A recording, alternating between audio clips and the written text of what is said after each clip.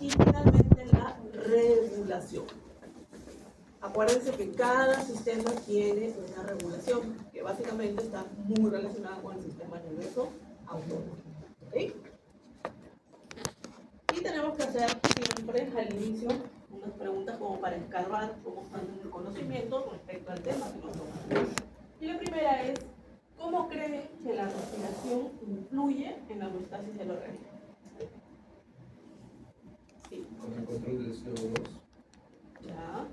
Yo creo que es un amortiguador, por supuesto. Entonces, si el organismo se encuentra en un medio ácido o muy alcalino, pues su control de que inspiremos más, ayuda a regular el cuerpo y que tenemos una homeostasis correcta. Correcto. Contribuye muchísimo con lo que es el pH para mantener la homeostasis. Esos niveles de CO2 son importantes mantenerlos dentro de cierto rango, porque si aumenta mucho el CO2, efectivamente vamos a tener una mayor acidez. ¿Qué más? ¿Cómo contribuye también con la homeostasis?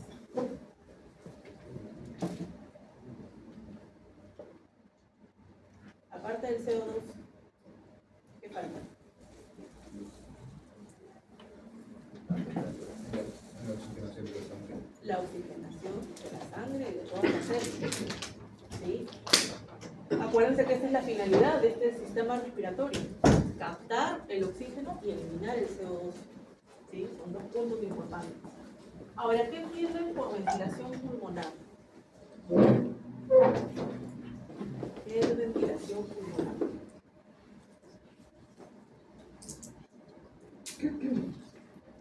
El ritmo al cual funcionan los pulmones. ¿A qué te refieres con ese ritmo? Si hay mayor ventilación pulmonar, significa que los pulmones están funcionando aceleradamente. Si hay menor, pues no requiere mayor pulmón. Ya, ¿y de qué depende? De lo que tú me estás hablando. Es lo que decía Felipe, el control de de una radiarritmia, si por ejemplo se está en niveles de también no se está acelerado el corazón, también va a haber mayor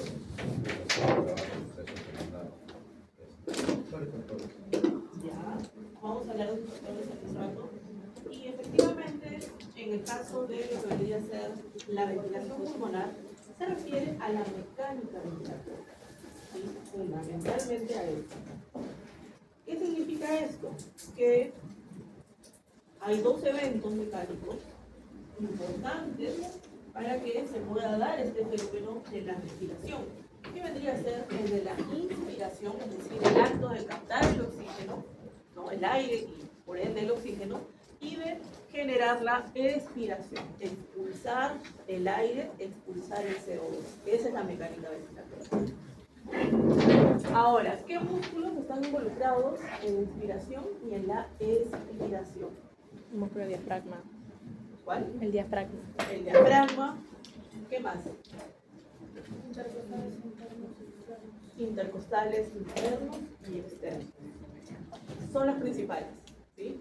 Ahora, adicionalmente, pueden ponerse en actividad otros músculos, como por ejemplo si hacemos una expiración forzada, por ejemplo, no sé si es que alguien toca un instrumento de viento, ahí tienen que activar otros músculos como los músculos de la prensa abdominal, ¿sí? Para poder generar esa expiración forzada que va a permitir obtener un sonido, una melodía, ¿no? El resultado del aprendizaje es que ustedes van a comprender los mecanismos involucrados en la mecánica ventilatoria, el transporte de gases en la sangre, el intercambio gaseoso a nivel tisular y pulmonar y la regulación de la respiración. Todo eso vamos a ver el día de hoy y este es el contenido. ¿Okay? Entonces, respecto a la fisiología respiratoria, debemos decir que es un evento vital, es una función vital, porque si el individuo, el animal, no respira, lógicamente ya va a ser incompatible con la vida. Ustedes van a aprender, tal vez los que ya hacen prácticas en veterinaria, saben que muchas veces cuando tenemos un paciente que está con niveles muy bajos de oxígeno, tenemos 3 minutos para poder oxigenar, porque si pasamos esos 3 minutos, ya muchas veces va a ser muy tarde. El oxígeno no llega al cerebro, podemos tener pacientes en coma, ¿no? Esos 3 minutos son vitales, porque si se pierden, vuelvo a decirles, las células dejan de funcionar. ¿Sí? Dejan de funcionar. Entonces, esta fisiología respiratoria, mediante estos dos eventos mecánicos de la inspiración y la expiración, y sobre todo con la inspiración, busca captar el oxígeno. ¿Para qué? Para que ese oxígeno pueda funcionar como combustible para las diferentes células, ¿no? Y algo muy importante, que el trabajo que van a estar realizando las células, ¿sí?, se logra con el consumo de los alimentos. Y para que se pueda dar esa combustión alimenticia, se necesita del oxígeno. Entonces, el oxígeno es esa moneda, ¿sí?, necesaria para generar ese trabajo. ¿Ya? Vamos a ver, pues tenemos. Ahora, el intercambio gaseoso va a ser diferente de acuerdo a las especies.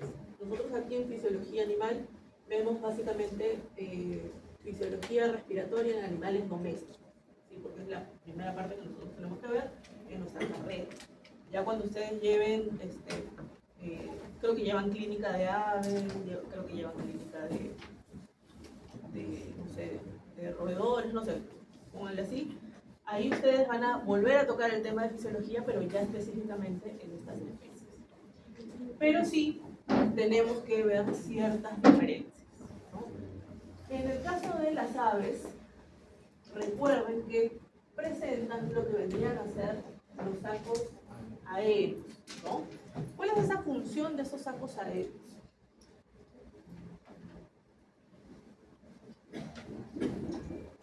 ¿Para qué están esos sacos aéreos? Pregunto, ¿las aves tienen diafragma? No, no tienen diafragma. En lugar tienen estos sacos aéreos, que son como unas especies de bolsitas, no hay nombre de sacos, que van a permitir que pueda haber un flujo de aire. Tienen los sacos aéreos posteriores y los anteriores. Y por lo tanto, esto va a permitir, esta conjunción, permite que se pueda unir a lo que serían los parabronquios, ¿sí?, que es finalmente el lugar donde se va a dar este intercambio. A diferencia, por ejemplo, de los peces. ¿Qué ocurre con los peces? En el claro, tienen lo que vendrían a ser las branquias, ¿sí? Tienen las branquias, y cerca de esas branquias tienen lo que vendrían a ser los capilares. Por lo tanto, se va a dar una captación de oxígeno diferente a lo que estamos acostumbrados a ver en animales que están sobre la tierra, ¿no?, con el aire. En este caso, se va a dar un mecanismo de contracorriente.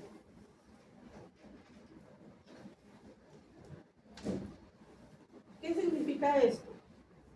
Que estos vasos sanguíneos, estos capilares que están yendo de manera paralela con lo que vendrían a ser las branquias, van a generar que por una parte pase el agua con el oxígeno y por el otro lado, en sentido contrario, va a ir la sangre.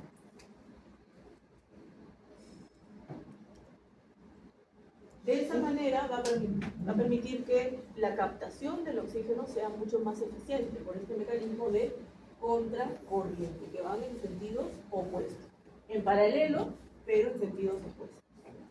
Eso genera que haya una mayor captación, o que sea, ¿cómo decirlo?, es una captación más eficiente de oxígeno, ¿sí? Porque acuérdense que el oxígeno del agua está menos concentrada que la del aire, ¿sí? Entonces, la adaptación generó que busque una manera eficiente de poder captar este oxígeno, ¿sí?, mediante el mecanismo de contracorriente. Ahora, en el caso de los mamíferos, esto que más vamos a ver nosotros, sabemos que presentan a los alvéolos, ¿no?, los sacos alveolares, rodeados por los capilares alveolares, que ya habíamos dicho en algún momento en nuestras clases de las semanas pasadas, que ofrecen una baja resistencia al flujo sanguíneo, por lo tanto, se puede dar ese intercambio de oxígeno y de CO2. ¿Sí? Muy bien. Dicho esta generalidad, vamos a continuar aquí. Y tenemos nuestros dos eventos mecánicos, el de la inspiración y el de la expiración.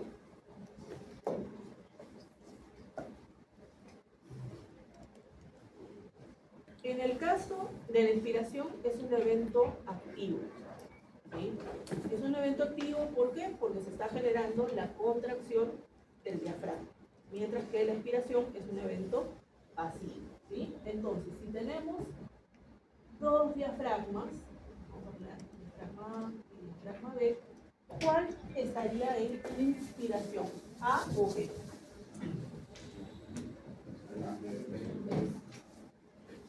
¿Quién dice A?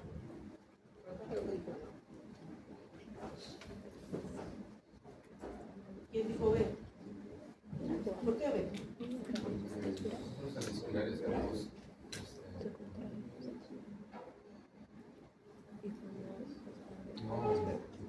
Es A. Es A. Correcto, es A. Porque efectivamente, acuérdense que estamos diciendo que en inspiración hay contracción del diafragma. ¿Cuál es la posición original del diafragma? Normalmente con la convexidad hacia arriba o hacia adelante, ¿no? Que sería la cavidad torácica. Pero cuando se genera la inspiración, donde se necesita que haya una expansión de los pulmones de la caja torácica, ¿qué pasa con el diafragma? Va hacia abajo o hacia atrás. ¿Sí? Entonces, aquí está habiendo contracción del diafragma. Lógicamente, también durante la inspiración vamos a tener actividad de los músculos intercostales, sobre todo los externos. ¿Sí? Al contrario de la expiración. En el caso de la expiración, hay una retracción de la caja torácica, de los pulmones, porque se está eliminando el aire. Y por lo tanto, ¿qué pasa con el diafragma? Se relaja. ¿Sí? Se relaja. Ahora, es un evento pasivo en el caso de la expiración, salvo que se trate de una expiración forzada. Si es una expiración forzada, lógicamente se convierte en un evento activo. ¿Por qué? Porque ahí sí ya se está generando, por la voluntad, forzar la contracción de ciertos músculos. Vamos al ejemplo mismo que dijimos de tocar un instrumento de viento. Entonces, en ese caso se convierte en un evento activo. Ahora, se pueden producir lo que se conocen como las pausas respiratorias, que pueden ser inspiratorias o expiratorias. ¿Qué significan estas pausas? Básicamente es, a ver, para que se pueda entender, es como un acomodo, son pausas que se dan no constantemente, sino cada cierto tiempo, para ir evaluando cómo se está dando esa dosificación de aire al momento de que se está inspirando o se está expirando. ¿Sí? Es fisiológico y puede ser inspiratoria o expiratoria. ¿Sí? Para ajustar, si es que se requiere realizar una mayor inspiración porque se necesita generar una hiperventilación, o por el contrario, si se necesita una expiración mejor. ¿Ya? Ahora, ya de acuerdo a lo que venimos hablando, ¿la respiración es un evento consciente o inconsciente? Inconsciente. Estoy escuchando las dos. Ambos, ¿no? Es ambos. ¿Por qué es consciente?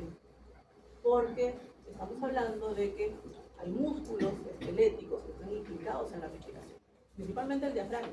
Acuérdense que el diafragma es un músculo esquelético, no es músculo liso como muchas veces responde.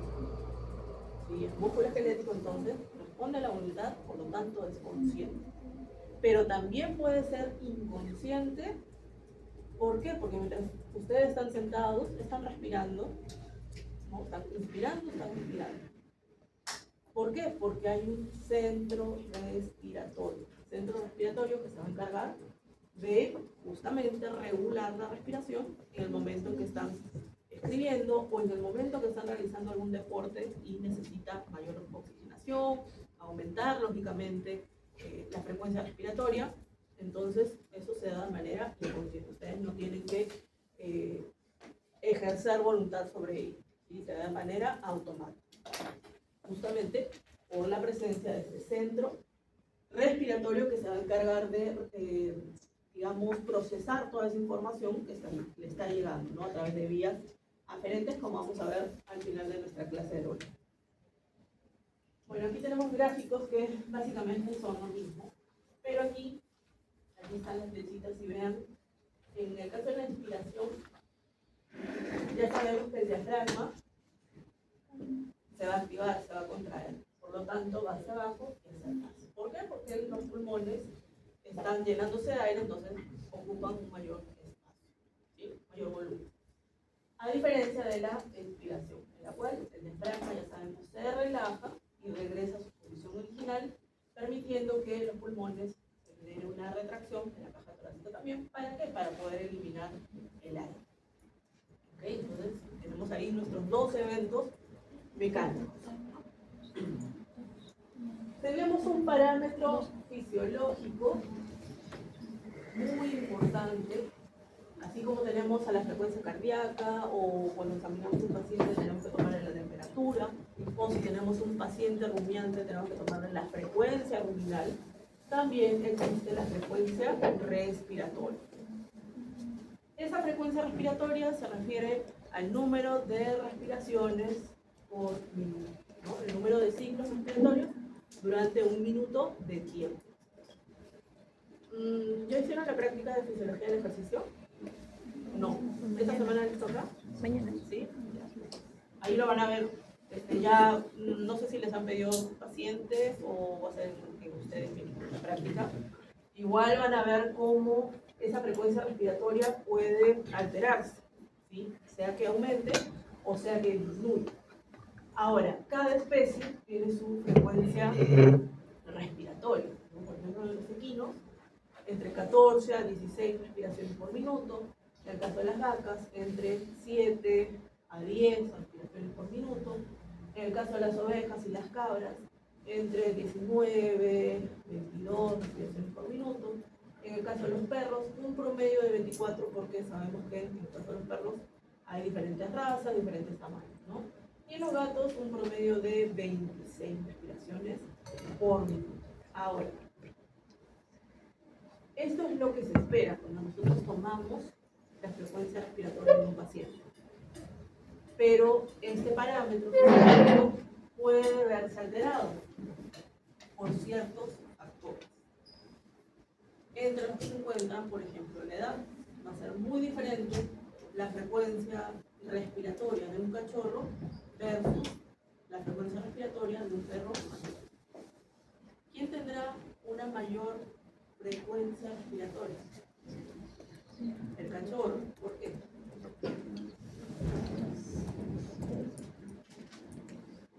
¿Por qué?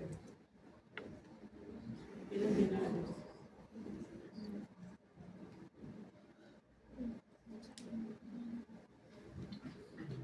Acuérdense que si estamos hablando de un cachorro, estamos hablando de un animal que se encuentra en desarrollo, ¿sí? Quiere decir que sus pulmones tienen menor tamaño y por lo tanto necesita generar una mayor captación, ¿sí? Una mayor captación de oxígeno, por lo tanto tiende a generar hiperventilación, tiende a ser más aumentada su respiración. ¿Esto por qué? Porque su metabolismo también es más rápido, está más acelerado. Entonces, su gasto de energía es mayor, necesita reponer esa moneda que habíamos dicho que necesita. Por lo tanto, es normal que cuando ustedes le tomen la frecuencia respiratoria a un cachorro, sea un poquito más elevada que lo que se espera en la media, ¿no? Por decirles, aquí nos dice 24, vamos a suponer que son 24 respiraciones en un golden, ¿sí? Adulto. Pero en un cachorro posiblemente ustedes se encuentren fácilmente 28 a 30 respiraciones por minuto.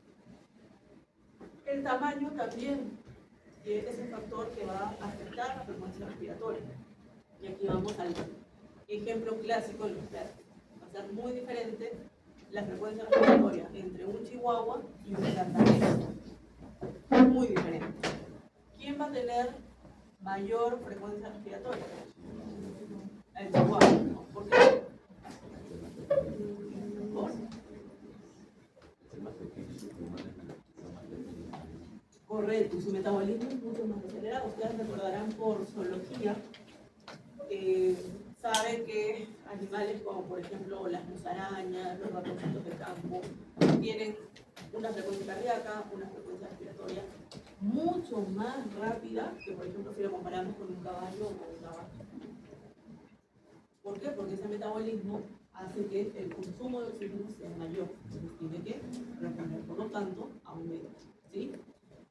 La temperatura ambiental también tiene mucho que ver, es un factor externo que puede afectar la frecuencia respiratoria. Por ejemplo, si tenemos, no sé, vamos a suponer que tenemos un perro que tiene que caminar 15 cuadras para llegar al parque, ¿sí? En una temperatura ambiental de 40 grados centígrados.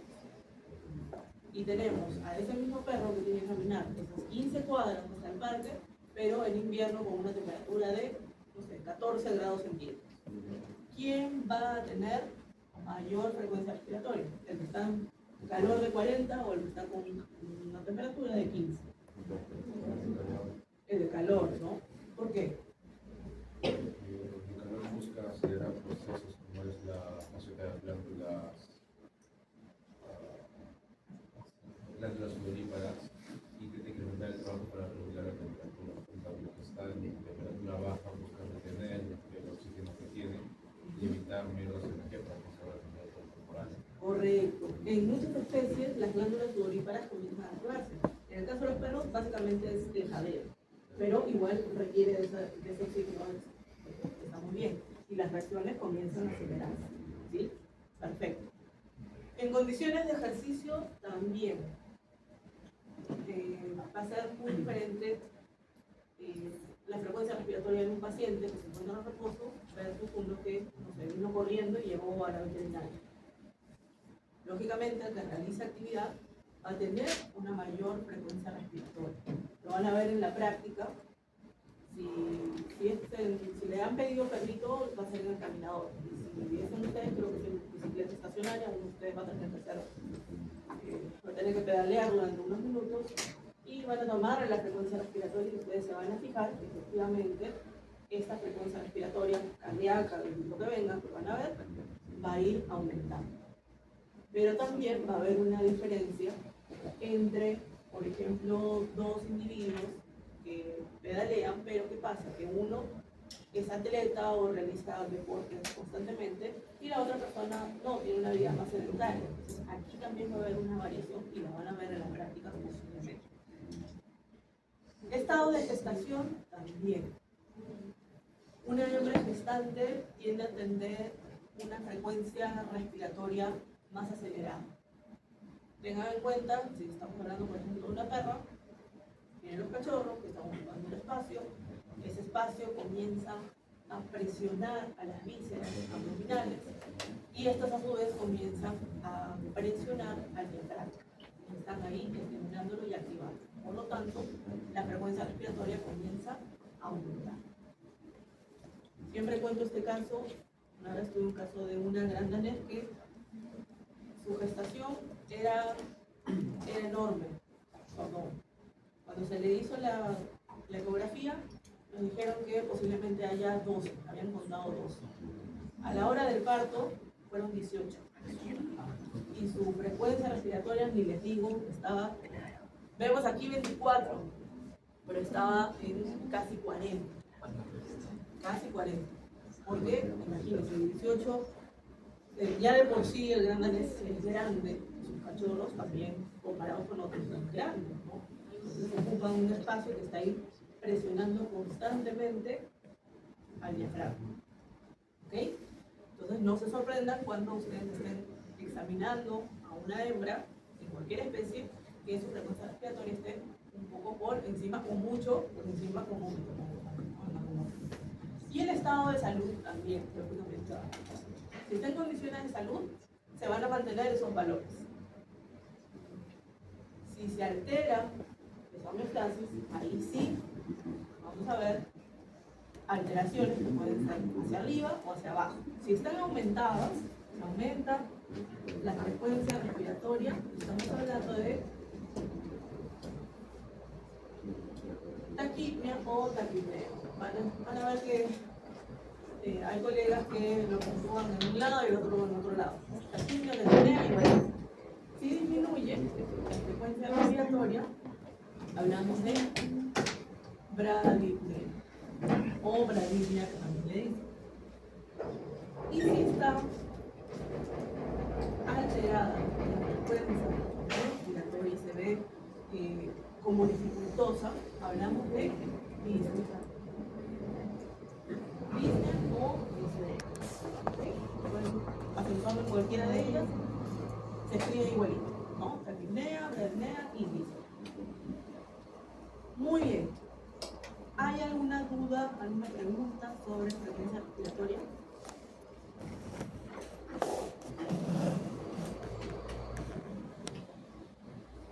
¿Ninguna?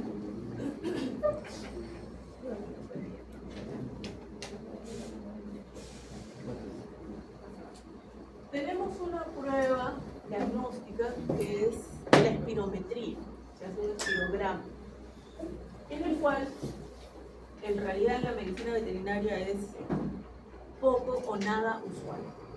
¿Por qué? Me imagino que alguna vez, si alguno a lo mejor es asmático, o ha tenido que hacerse alguna prueba por que va a entrar a algún equipo de deporte, le hacen esta prueba con el espirómetro, ¿no? En el que tiene que soplar para poder ver ciertos volúmenes y capacidades. En la medicina veterinaria, vuelvo a decirles, es un poco complicado porque nosotros no podemos decirle a los pacientes que soplen porque no nos van a hacer caso. ¿Sí? Se puede hacer en casos de que tengamos pacientes anestesiados o que sean animales experimentales, pero en la práctica veterinaria clínica, por lo menos, no se suele hacer.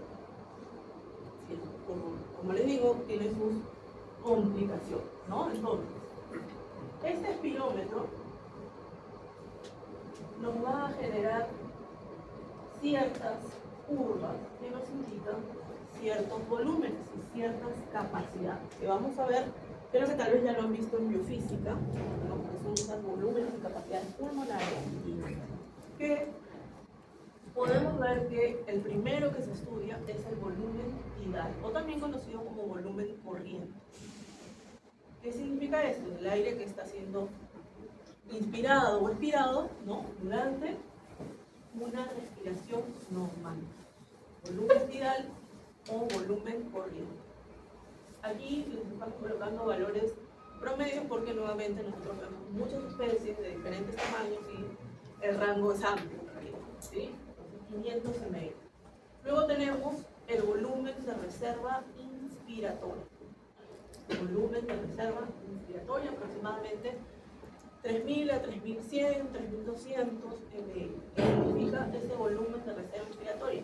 Significa volumen de aire, ¿sí?, inspirado durante una inspiración forzada máxima. ¿Sí? Ese es el volumen de reserva inspiratoria.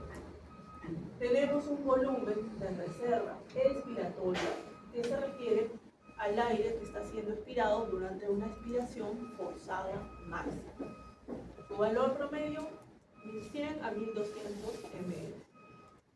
Y luego tenemos un volumen residual, es decir, el que queda. ¿Cuándo? Luego de que se ha realizado una inspiración forzada máxima. ¿Sí? Volumen residual. Y luego tenemos lo que vendrían a ser las capacidades. Y las capacidades es la sumatoria de ciertos volúmenes, ¿no? De los volúmenes que hemos visto ahí. Entonces tenemos una capacidad inspiratoria, ¿sí? Capacidad inspiratoria que vendría a ser la sumatoria del volumen tidal más el volumen de reserva inspiratoria. Entonces sería 3.100 más 500, 3.600 ml. Tenemos una capacidad residual funcional que vendría a ser la sumatoria del volumen de reserva expiratoria más el volumen residual. 1200, 1200, 2400 ml. Luego tenemos la capacidad vital. Esa capacidad vital es la sumatoria de el volumen tidal más el volumen de reserva inspiratoria más el volumen de reserva expiratoria. Y finalmente tenemos la capacidad pulmonar total, que es la sumatoria de los 4 volúmenes. Volumen tidal, volumen de reserva inspiratoria, volumen de reserva expiratoria y volumen residual, ¿no? Nos da la capacidad pulmonar total, aproximadamente 10 ml. ¿Sí? Tienen aquí esas capacidades, la suma de los volúmenes que ya hemos visto. Ahora, se puede calcular el volumen respiratorio por minuto. Esto ustedes lo van a calcular en la práctica, así que les va a servir para entrenar para tener la práctica. Creo que es el jueves. Mañana. Hoy miércoles, ¿no? Sí, mañana. Ahora, ¿qué dice la fórmula? La fórmula nos habla de que para poder calcular el volumen de reserva, ¿sí?, respiratorio por minuto, vendría a ser el volumen tidal por la frecuencia respiratoria del individuo.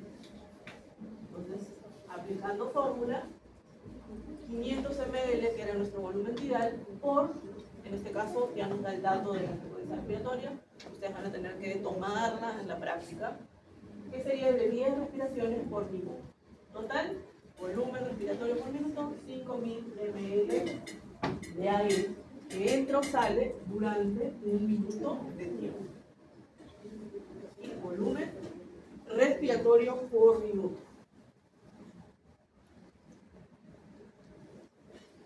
Tenemos otro valor que se puede calcular, que es el volumen de ventilación pulmonar, ¿no?, o alveolar, también tiene ese nombre.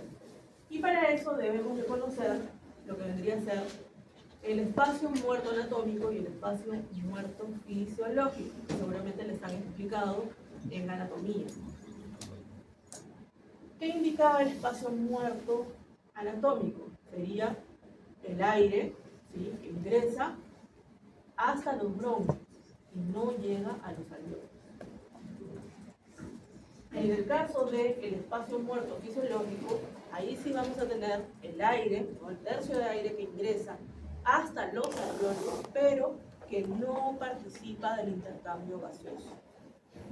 ¿Sí? Es el espacio muerto fisiológico. Por lo tanto, esto nos va a permitir calcular el volumen de ventilación alveolar. Tenemos aquí otro ejemplo de ejercicio en el cual nos dice que el volumen de ventilación alveolar es el volumen tidal menos el volumen del espacio muerto. Aquí aplicamos fórmula nuevamente, nuestro volumen tidal era de 500 ml y en el dato nos dice que el volumen del espacio muerto promedio, ¿sí?, es de 150 ml. 500 menos 150, 350 ml que entran en los alveolos durante cada inspiración. De acuerdo a este valor, se puede calcular el volumen de ventilación alveolar por minuto. ¿Sí? Es importante muchas veces calcular siempre de un minuto para ver cómo se está dando esta función. Entonces, por lo tanto, la fórmula nos dice que debería ser el volumen de ventilación alveolar, es decir, el valor que hemos obtenido aquí, por la frecuencia respiratoria. Aplicamos a la fórmula 350 ml por 10 respiraciones, que era el ejemplo que nos había dado, por minuto. En total, son 3.500 ml de aire que entran en los alveolos durante un minuto de tiempo y está dándose ahí el intercambio gaseoso, es decir, que 3.500 ml están participando de ese intercambio. ¿Sí? Como les digo, esto lo van a aplicar en la práctica, que van a tener con la profesora Fernanda, pero aquí ya tienen una base. Vamos a seguir.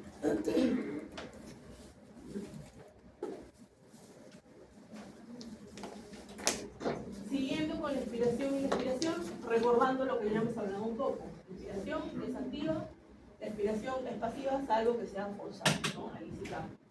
Durante la inspiración vamos a tener una expansión de la caja torácica, de los pulmones. ¿Por qué? Porque necesitan albergar un mayor volumen de aire. A diferencia de la expiración, donde hay una retracción de la caja torácica y por ende de los pulmones para eliminar el aire.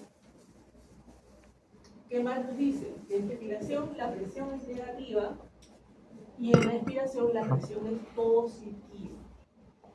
Y esto responde a la ley de Boyle. ¿Qué nos decía la ley de Boyle? Que en un espacio cerrado el volumen va a ser inversamente proporcional a la presión. Entonces, a mayor volumen, menor presión. A menor volumen, mayor presión. Son inversamente proporcionales. Entonces, eso significa que sea una presión negativa o positiva.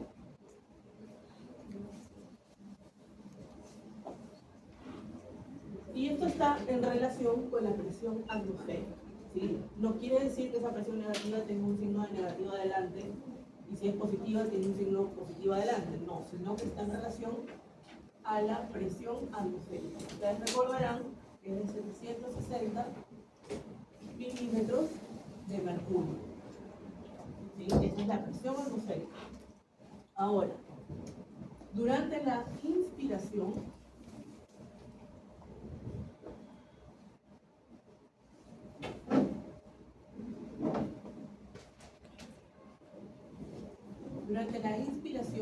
hemos dicho que esta presión,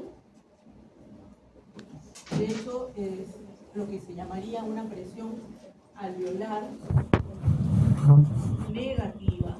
Significa que está por debajo de 760 milímetros de mercurio.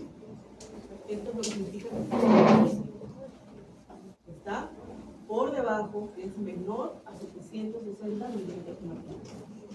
A diferencia de la expiración, hemos visto que nos dice que la presión alveolar es positiva.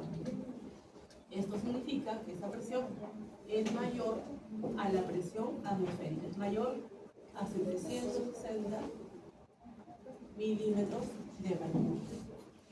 Eso es lo que nos está indicando, siguiendo lo que vendría a ser esta ley de Boyle. ¿Por qué? Porque sabemos que durante la inspiración va a aumentar el volumen debido a que está en un ingreso de aire, ¿sí? Y por lo tanto la presión cae, presión alveolar.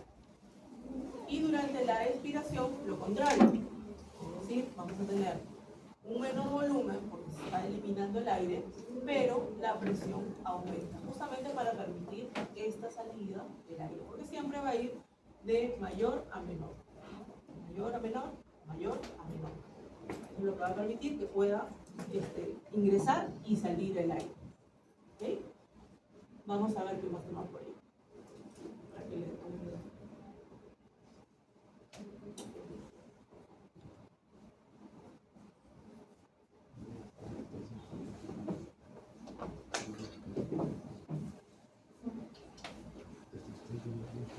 Aquí hablamos de presión alveolar porque vamos a tener otra presión, que es la presión intratorácica o intrapleural.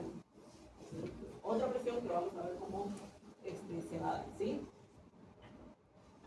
¿Listo? Muy bien.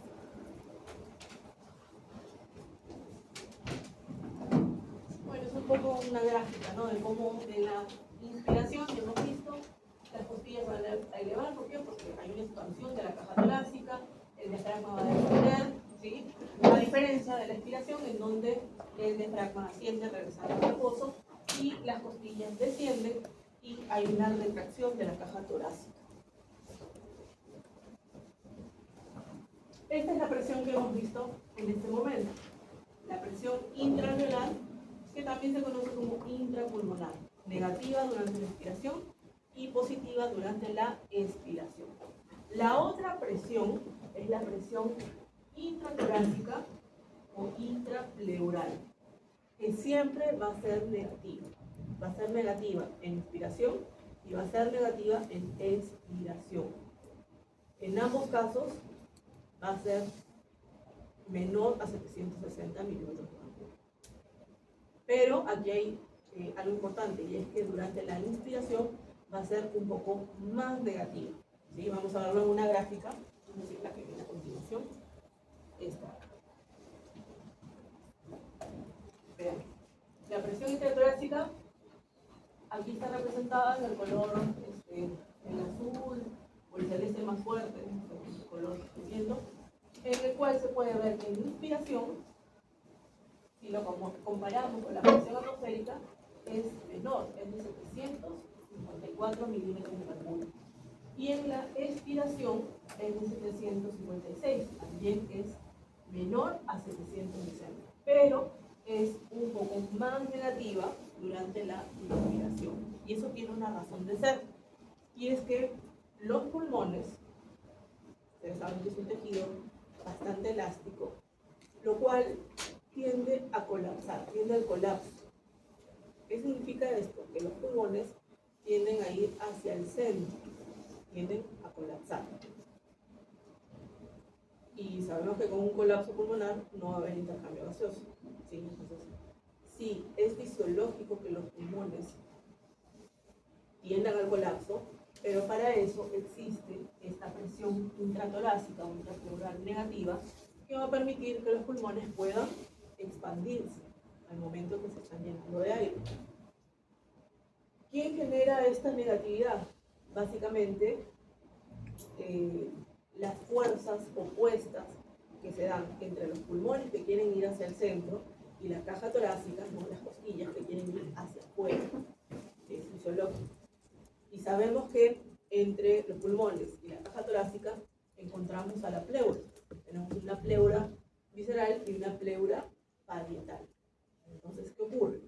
Que es mucho más fuerte la acción de la caja torácica que quiere ir hacia afuera, que va a jalar a la pleura parietal. La pleura parietal va a jalar a la pleura visceral. Recuerden que entre pleura y pleura tenemos al líquido pleural, que sirve como una especie de lubricante que permite que pueda jalar. Es como si fuesen dos láminas pegadas con agua. Es muy difícil de separar. Entonces la pleura parietal jala a la pleura visceral y la pleura visceral jala a los pulmones hacia afuera, ¿sí? Evitando el colapso. Entonces, la presión intratorácica es un mecanismo fisiológico para evitar el colapso pulmonar. Esto es justamente lo que les estaba diciendo, fuerzas opuestas, ¿no? La caja torácica, la pared torácica, tiene una fuerza que va hacia afuera y que es mucho más fuerte que la de los pulmones, en este caso representado por un alveolo, que tiende a ir hacia adentro. Entonces, esa fuerza opuesta, que es mayor, que es mucho más marcada, vuelvo a repetir, que la caja torácica, a través de las pleuras, jala a los pulmones hacia afuera, ¿sí? Evitando su colapso. Si hay colapso, ya no vamos a tener un buen intercambio gaseoso. Ahora, ¿se puede perder esa negatividad? Sí, se puede perder.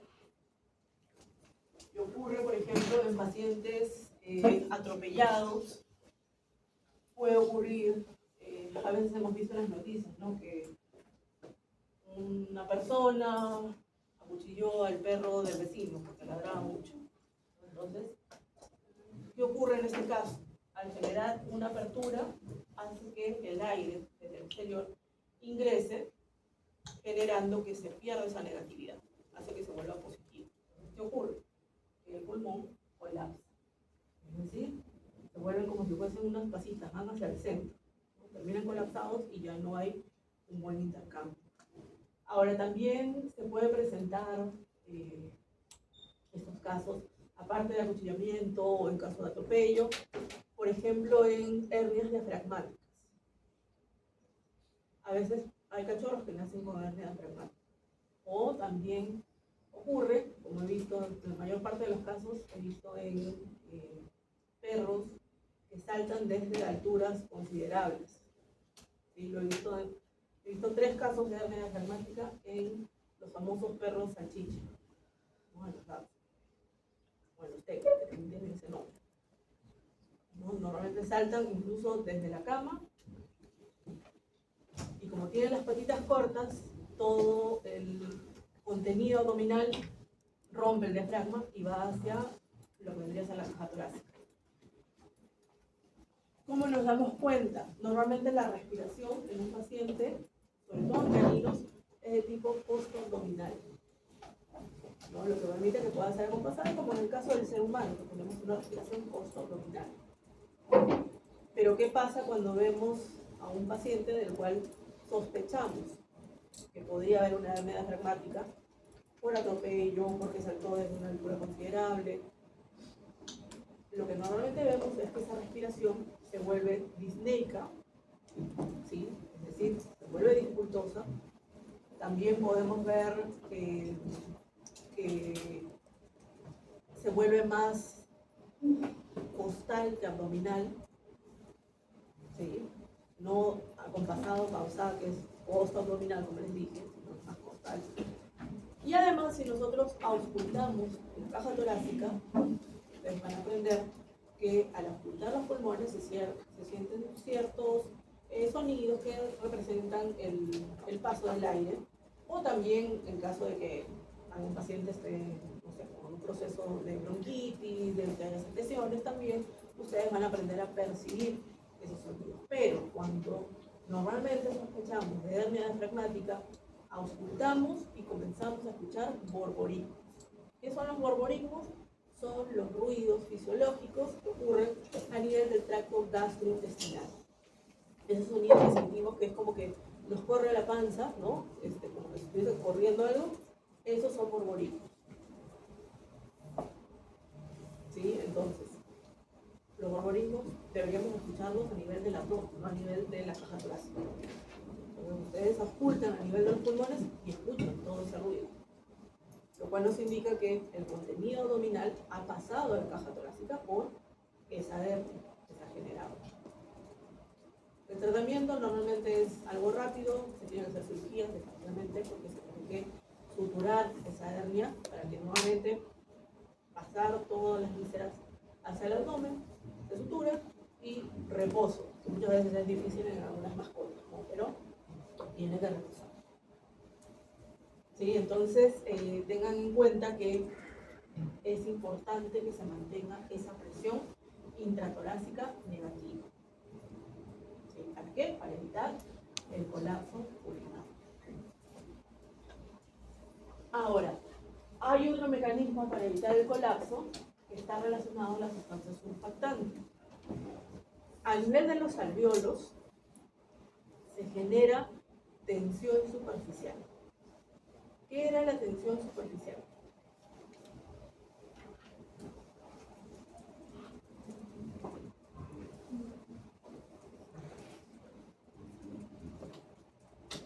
¿Qué era la tensión superficial? Por ejemplo, cuando cae una hojita en un estanque y vemos que flota, eso se debe a la tensión superficial. Cuando vemos que un zancudo o un insecto camina sobre el agua, no es milagro, es tensión superficial. Entonces, ¿qué es la tensión superficial?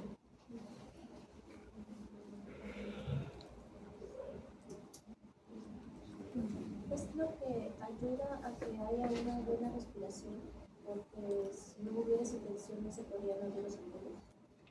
Al revés. La tensión superficial vendría a ser las fuerzas de atracción que hay entre las moléculas de agua cuando entran en contacto con el aire. Esa es la tensión superficial. Entonces, aquí podemos ver en nuestra gráfica que dice tensión superficial, y efectivamente a nivel alveolar se genera tensión superficial, lo cual significa, ustedes recordarán tal vez que han llevado histología, que en los alvéolos se presenta una hipofase acuosa, es decir, para que puedan entender, una pequeña capa de agua. Acá está gigante, ¿no? Pero a modo didáctico, pero en realidad es muy delgadito. ¿Sí? Entonces, tenemos moléculas de agua que entran en contacto con el aire que está llegando. ¿Sí? Entonces, se genera tensión superficial. Entonces, esa fuerza de atracción entre las moléculas de agua hace que tienda al colapso, que tienda a ir hacia el centro. Es como, ¿han visto ese juego de niños que es de la ronda y que van hacia el centro? Y luego fuera, bueno, en este caso la tensión superficial sería que van hacia el centro, colapsa, ¿sí? Va hacia el centro y colapsa. Pero, ¿qué ocurre? Que a nivel de los alvéolos, acuérdense que tenemos a los neumocitos tipo 1 y a los neumocitos tipo 2. Los neumocitos tipo 1 tienen función estructural, aquí los importantes son los neumocitos tipo 2, que comienzan a secretar a la sustancia surfactante, ¿sí? Surfactante con R, ¿sí? Surfactante. ¿Qué hace la sustancia surfactante? Básicamente lo que hace es disminuir la tensión superficial. ¿Sí? Disminuye la tensión superficial, por lo tanto, evita el colapso. ¿Cómo así? Ustedes recordarán que esa sustancia surfactante está compuesta por proteínas de tipo A, B y C, y también está formada por fosfolípidos. ¿Sí? Y aquí nos vamos a centrar en los fosfolípidos. ¿Por qué? Porque los fosfolípidos comienzan a ubicarse, como vemos aquí, entre las moléculas de agua. Rompe esa fuerza de atracción. Por lo tanto, disminuye la tensión superficial. Y como consecuencia, evita el colapso pulmonar. Hace que no vayan hacia el centro. Volviendo al ejemplo de la ronda de niños, hace que ahora la ronda vaya hacia afuera. ¿Sí? Entonces aquí se evita el colapso. Muy bien, si se les pregunta cuáles son los mecanismos para evitar el colapso pulmonar, ¿cuál sería la respuesta? Sustancia surfactante producido por Sustancia surfactante por neumocitos. y... ¿Qué estuve hablando? Estuve hablando borras. La presión intratorácica negativa. ¿Sí? Si es que a alguien le toca, por ejemplo, en su maqueta hablar de respiratorio, estoy seguro que le van a preguntar esto. ¿Sí? Entonces, son dos mecanismos para evitar el colapso pulmonar: la presión intratorácica o intrapleural negativa y la sustancia surfactante. ¿Ok? Muy bien. ¿Alguna pregunta hasta aquí? Sí.